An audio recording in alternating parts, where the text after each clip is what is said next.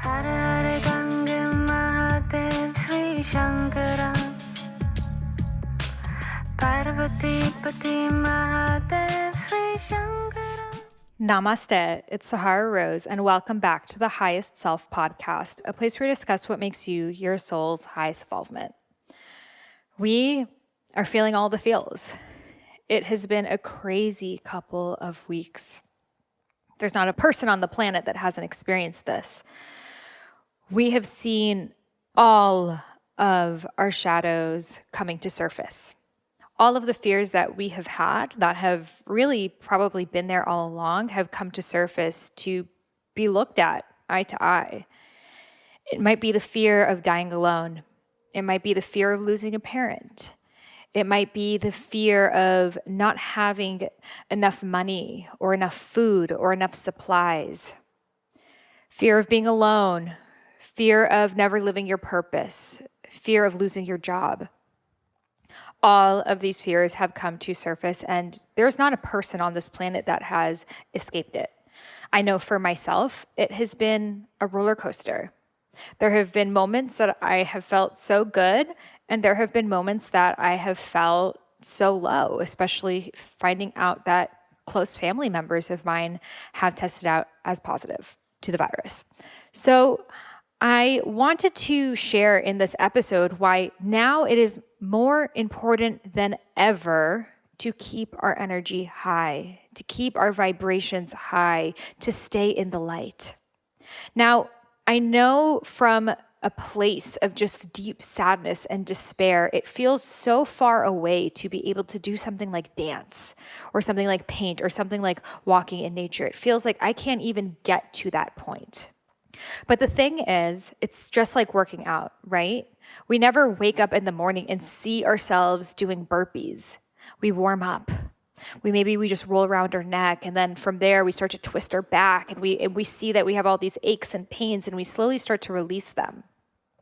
And as we release them, the energy builds up, the momentum builds up.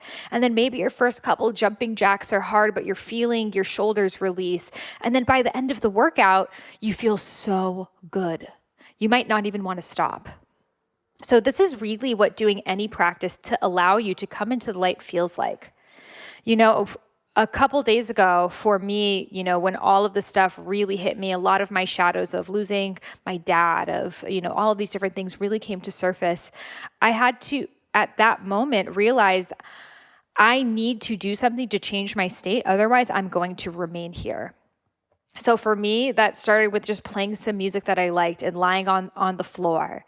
And then from lying on the floor, I started to, naturally breathe. And then from breathing, I started to move my hips. And then from moving my hips, I started to want to dance. And then from there, it became a full-on, solo dance party, which allowed me to let go of so much of the pain and the trauma and the tension that I was holding on to. So I definitely did not want to dance. I didn't even think I was capable of dancing. I felt so far away from that joy and vibrancy of dance. But I brought myself there. And this is the opportunity that we all have right now. Most of us are not jumping out of bed feeling in complete joy at this time. Most of us are super unsure, which creates anxiety, which creates fear. We're all feeling it, but you staying in it is not helping anyone, and it's really not even helping yourself. Of course, we are humans. Of course, we deal with different emotions. Of course, it's important to go into them. But once we go into them, we must also find our way out of them. We must learn to become a channel for our emotions. Most of us are moats. We have the emotion come and it sits with us forever and it stays and the waters become stagnant, when really we are meant to be channels for our emotions. They come through us. We feel the fear, but it doesn't stay with us. We feel the anxiety, but it doesn't stay with us. We keep the energy moving. And how we keep it moving is we begin to choose a better thought. As Abraham Hicks says, what is the thing that you could do right now that would make you feel a little bit better? Maybe it's calling a friend. Maybe it's using your oracle cards. Maybe it's doing some breath work.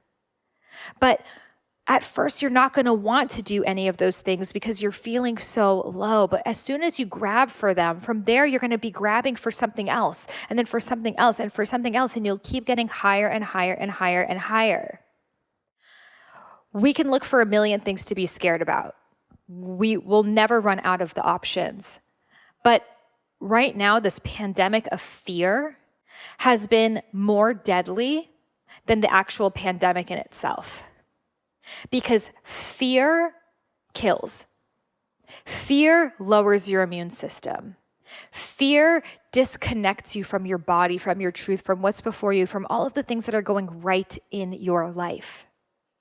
Our brains, our reptilian brains, are essentially wired to so focus on the fear because the fear is, potentially related to our survival. For example, throughout history, if we were not afraid of the lion or the tiger, we could have been eaten by it. So fear makes sense. There's a reason why fear is here. I'm not telling you become fearless, go walk outside. I am not telling you that at all. I'm telling you, of course, take precautions. I'm on my 10th day of my quarantine at this point. But what I'm asking you to do is to notice, is this fear warranted right now? There's a difference between acute fear and long-standing fear. I don't know what's the scientific term for that, but the acute fear is like that fear in the moment, the running away from the tiger. You experience an increase in your adrenaline, and essentially you get the energy that you need to run away from the situation. And that's not the fear that actually really harms you. The fear that harms with you is the chronic fear, the chronic stress. So that's the constantly living in this point of tension, this point of, oh my God, I'm not okay, I'm not safe. And what this does over time, it deteriorates your immune system. So it actually makes you more susceptible to the very thing that you are afraid of. So yes, there absolutely is a virus out there. Yes, absolutely people are getting it and people are dying and people are suffering. And 7 billion people right now are suffering from the virus of fear. This virus is hurting them. It is causing them to be sicker than ever before. And we get the opportunity each and every day to bring ourselves out of that state. And it is a practice. It is work. It takes showing up. It takes, for me, it's every day at 1 p.m. I'm doing these Instagram live dances where I'm inviting you guys to come dance with me. No matter what's going on, the moment you start dancing, you start feeling more joy in your body. And then suddenly you don't remember that article you read on CNN or what's happening with your uncle or this or that. From that state, you can then show up better in all areas of your life. Some people might say, well, now is not the time for dancing. Now is actually what dancing is for. We don't just dance to celebrate, but we dance to heal. And to me, that is actually the most significant aspect of dancing. Because when we dance, we're completely in the present moment. We're not remembering what happened. We're not future tripping. All we are doing is being in our bodies in this moment. And if there's anything that the coronavirus is teaching us, it's how disconnected we are with Earth. Because we can see now in just the weeks of this virus with factories and travel and pollution slowing down that we're seeing clear skies in China.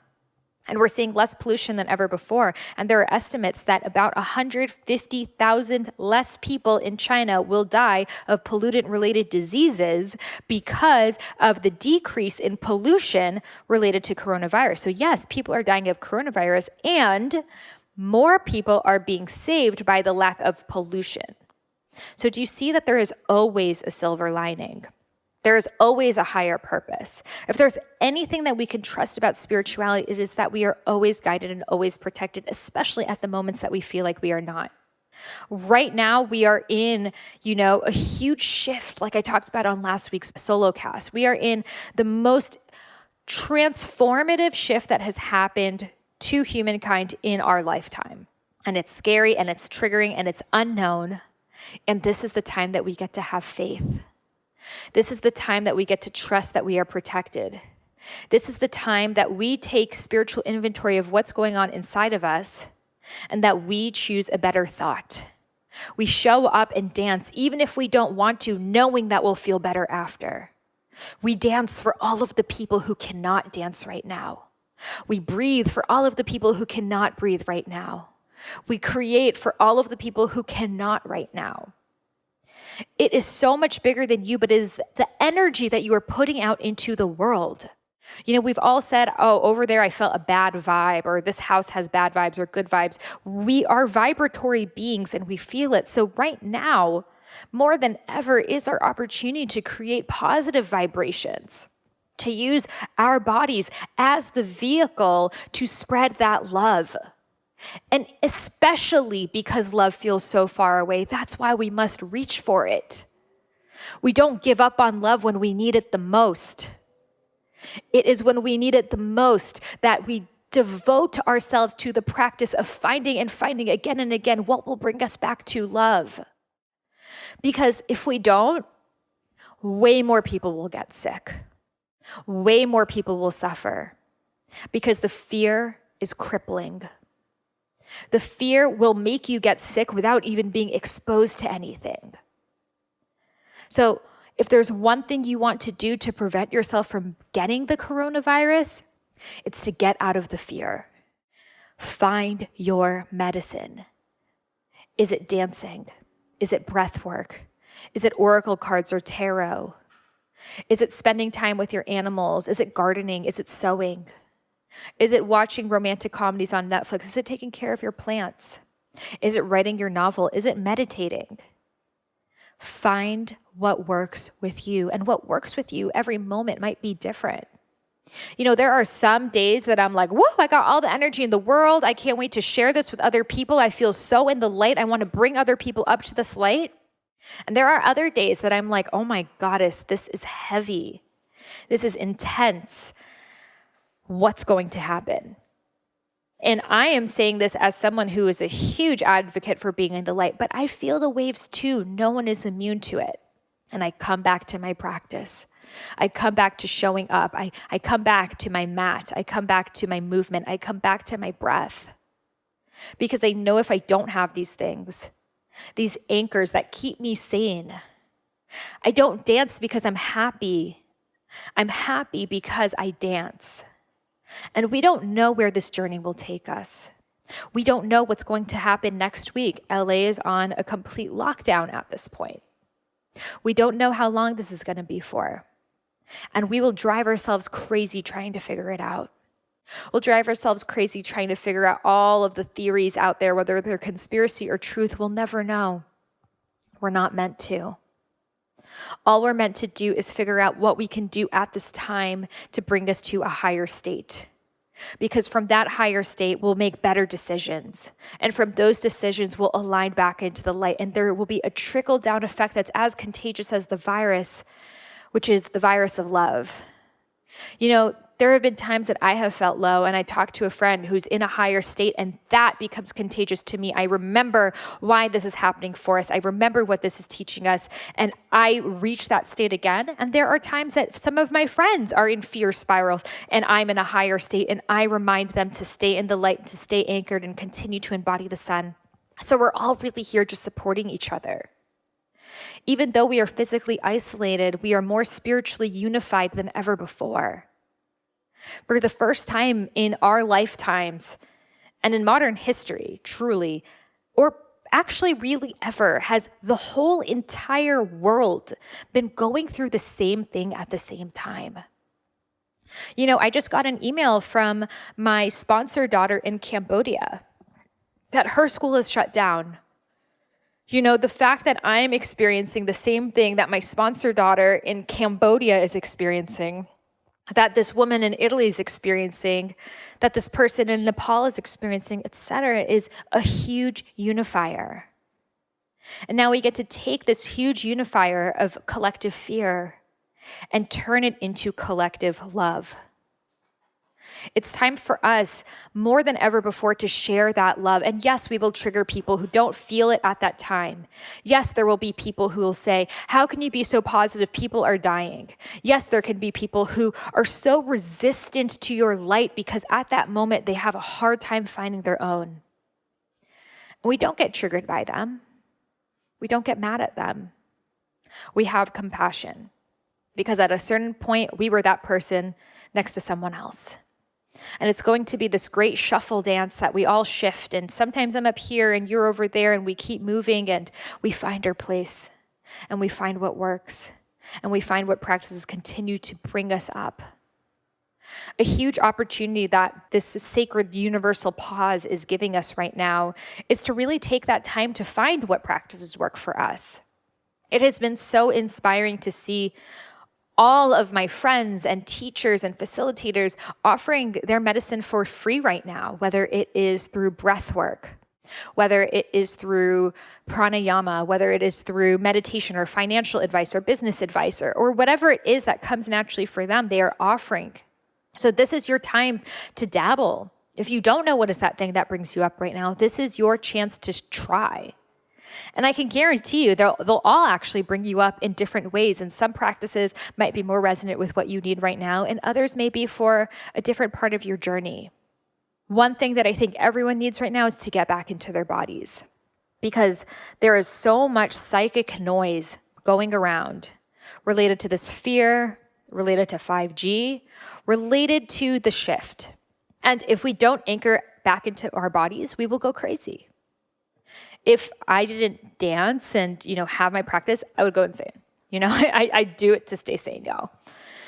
So it's so important right now for us to get back into our bodies. It might be Pilates or yoga.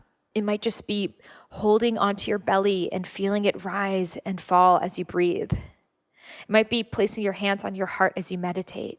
It might be jumping up and down. It might be shaking. It might be rolling. It might be being sensual. It might be being playful. Whatever brings you into your body at this moment, let your body move you. Because when our body moves us, we have to be present. There's no other choice but to feel present. We can't go off in the stories and the this and the that when we're connected to our physical vessel. So this is your call right now to get back into your body. There are so many incredible workouts available for you on YouTube. There are so many people doing free IG lives. Again, I'm doing IG lives every single day of dances on my story at 1 p.m. Pacific Standard Time. But please get into your body and shake, release, let go of what is not serving you. Because I guarantee you there are a lot of empaths. Any empaths out here? Yeah, we're feeling it. So there are a lot of us that are not only feeling our own stuff, but other people's stuff. And also, fear is contagious. It's a domino effect. So when one person kind of fear vomits on us and shares all of the fears that they have and how sad they are or the conspiracies that they believe in, etc., again, it is valid. And it can take us into that state too if we're not doing our practices. And then we want to text 5 people we know that they're going to cut off our internet and this and that and whatever the story was. And then that's going to be the thing that we begin spreading around like rapid fire. When instead it should be our light, it should be our love. We should be so fusing with love, oozing with love, that we want to text 5 people just how beautiful it is that the sun has risen today. How beautiful this opportunity has been to show us what really matters. How more connected we feel to strangers than ever before. And how we know that through this breakdown will be huge breakthroughs, that our planet will never be the same. And we don't know what the exact shifts are, but I guarantee you it is bringing us into the light. Because I believe that everything happens for us. And I believe that everything even happens through us. I believe that we're a part of what is happening right now, that all of the times that we have begged and said, I wish I have more time at home. I wish I had more time to cook. I wish I had more time with my kids. I wish I had more time in X, Y, Z. Eventually the universe granted us our wish. Maybe it's not the situation that we want, but if you are healthy and you are safe, then take this as your opportunity to have a staycation. Take this as your opportunity to finally do the things that you've been too busy to do. Be the person that you've been too busy to be. If you are healthy and able-bodied, there is a reason why. Because you are meant to show up and share your medicine to heal others. Because we need you more than ever before. Because there are many people getting sick, both with the disease and both with the fear. And we need you aligned into the light to see those people, have complete compassion for what they're feeling, and choosing not to give in to that same story. The story of lack, the story of scarcity, the story of not enoughness. Because there is a lot of that story happening, and the mainstream media is choosing to focus on that story. Because, by the way, guys, guess how they get paid? Your clicks. So if all I share as a news channel is that there isn't enough food and there's not enough toilet paper and there's not enough XYZ, guess what's going to happen? Everyone's going to go to the grocery store and buy those exact things. We create the paradigm. What we see on TV, we then mirror. So if the media wasn't showing a lack of toilet paper, we wouldn't have had everyone rush to the store and buy more toilet paper. The showing that mirrored the response. So we get the opportunity right now to be our own mirrors, to shine our mirrors at our highest selves and see what would she or he do right now. What would my highest self do? WWSSD, that's the new thing. What would my highest self do right now? Would my highest self go down this fear spiral with this person? Or would my highest self be like, honey, I see you and I know it's scary and we're going to get through this and it's going to be okay. And I don't have the answers, but I know today is a sunny day and we're meant to celebrate. You choose. Because life is always going to be uncertain. This isn't the first time. Did you think your life was certain before? Because it wasn't. It never has been. Every time you've walked outside your house, every time you've gone into an airplane, every time you've ate a food, there's always a potential for risk. There's always a potential for something, quote unquote, bad to happen. That's always been there. Finally, now we're able to see how fragile this life is, how nothing is guaranteed, truly nothing. This opportunity has actually just made us more aware of it. So how are you with the unknown? Are you trying to hold on to a reality that has actually never existed in the first place and now you're just aware of that? Or are you dancing with the unknown? Are you giving your full trust in the universe, saying that anything that is supposed to happen will happen, and I'm committed to anchoring myself into the light because I know my light is my greatest protection. I know me in a high vibrational state is the ultimate vitamin C that I can have. I know that if I want to enhance my immunity, yes, I'll take the oil of oregano and the colloidal silver, and I'll find whatever the fuck it is that puts a smile on my face, especially after I've been crying. You're allowed to have multiple emotions at the same time. You're allowed to be laughing and also have some fear underneath it all. In fact, we always do. The truth is, as humans, we are always feeling all of the things. There's a part of us that's enjoying the moment while there's a part of us that's nostalgic for the fact that it is ending. Finally, now we're able to be aware of that. We're able to see what our true fears really are. Fear of death, fear of the unknown, fear of uncertainty, fear of other people. And now we can fully go into them. What is the worst that can happen? The worst that can happen is we all will die. One day we all will die. If this is news for you, I'm sorry, we're all going to die one day. So instead of panicking and spending the end of our life panicking about a guaranteed inevitability, my grandmother died yesterday, 94 years old. Of course, I knew she was going to die, and I wish that she got to live more of her life. So are we going to choose to wait until we die and look back on our lives and saying, I wish I spent more of my time focused on love? Focused on what feels good, focused on creating my own light instead of being mad at other people for being in theirs? What do you want to spend your time with? Because we're all going to die. Who knows? Maybe this is the end for all of us. I don't think so, but who knows? I don't know. No one knows. So how do you want to spend your time right now? I want to spend mine in creation. I want to spend mine in love. I want to spend mine in movement. I want to spend mine in flow. I want to spend mine in beauty. I don't want to spend it on CNN. Yes, our minds want to know the facts, but the facts are ever changing. The facts aren't really facts. The only fact that it is a fact is that you get to choose. You get to choose your story and you get to choose your state. And that is regardless of what is happening to your body. There are people with cancer who are still choosing love. There are people who have lost their jobs who are still looking at the silver lining. It's not about your circumstances, but it's how you look at them. Again, I have immediate family members who have the coronavirus. I am not speaking from a place of complete dissociation from it, and I am choosing to be committed to the light because that is the only reason why I'm here. So I want to share this with you because I feel like a lot of us have felt guilty about being in the light.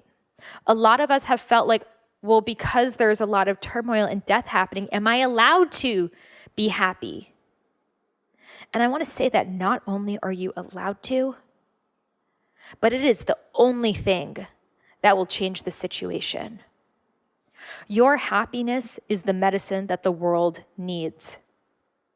Your happiness from an energetic level uplifts the vibration of the planet, and from a literal level is contagious to everyone that you interact with, every text message that you send, everything that you post on social media, which has a ripple effect upon thousands and thousands of people.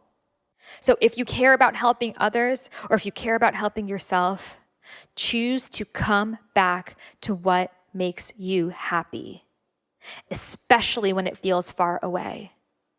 This is your dharma. This is your homework. This is the big mission that we've been granted right now. How can we, regardless of what is happening in the world around us, create our own vibrational state from within? This is what has allowed the Tibetan monks, who are literally being tear gassed by the Chinese government, to stay in meditation in that process. This is how the single mother who's dealing with divorce, who has 3 kids and doesn't know how she's going to take care of them, continues to make funny voices and play cartoons with them and have a birthday cake for them, even though she doesn't even know where she's going to get her electricity bill from. You don't have to have a perfect life to be happy. But I guarantee you, if you want your life to be closer to your version of perfection, you start with choosing happiness. This is our mission right now. We are here to raise the vibration of the planet in every which way. We are here to be so mindful of our words, because our words can be poison or can be medicine, depending on the state that we are in. And you can't help it. Whatever state you are in is the state that your words are going to come out. You can't fake that shit. You know, when you get a text, you're like, I know something's going on. You can't fake that shit, even on a text. So what is it that's going to make you happy right now? Is it taking a walk if you're somewhere that you're able to walk outside? Is it calling your mom? Is it reorganizing your closet? Is it writing in your journal? This is your greatest form of spiritual activism at this time. So I encourage you to honor it. Honor it like you would a CDC statement, right? This is really what they want us to do. And I agree. Don't stress. Don't panic. I know easier said than done, but just choose again. Choose the higher vibe thought. Choose the higher vibe activity. Every single day I'm dancing at 1 p.m. If I wasn't doing it at 1 p.m., I probably wouldn't be dancing every day. So I'm so grateful that I've set myself up to dance on Instagram Live every single day, because no matter what I'm feeling, I'm going to show up for that. So maybe you create something that you start to show up for. Maybe every day you're going to go on your Instagram or Facebook and share something that you love. Maybe it's a poem, or maybe it's some cool, gardening tips, or whatever it is that you really love to share. Maybe it's with your kids. Maybe you call someone. Maybe you do a Zoom call with some friends. But I think having something that we show up for, that we serve other people, is the ultimate way that we're going to show up for it. So it could be micro or macro. You don't need a big audience. Even if you can help one person, you're doing your job. So I just wanted to send my love at this time. I know the journey has been challenging and has been confronting, and it has been extremely enlightening for all of us. We get to trust that we are protected. We get to trust that no matter what happens, it is exactly as it is meant to be. We are going to take precautions. We are going to have one foot in the 3D, one foot in the 5D. And we're going to choose to stay in the light because that is why we're here as sun workers. We're here to embody the sun. We're here to share warmth and love and livelihood and community and possibility for everyone who our rays touch. So keep being that sun that you are by first finding that sun within yourself. And then naturally you will be beaming it out and allowing other people to remember the sun that exists inside of them too.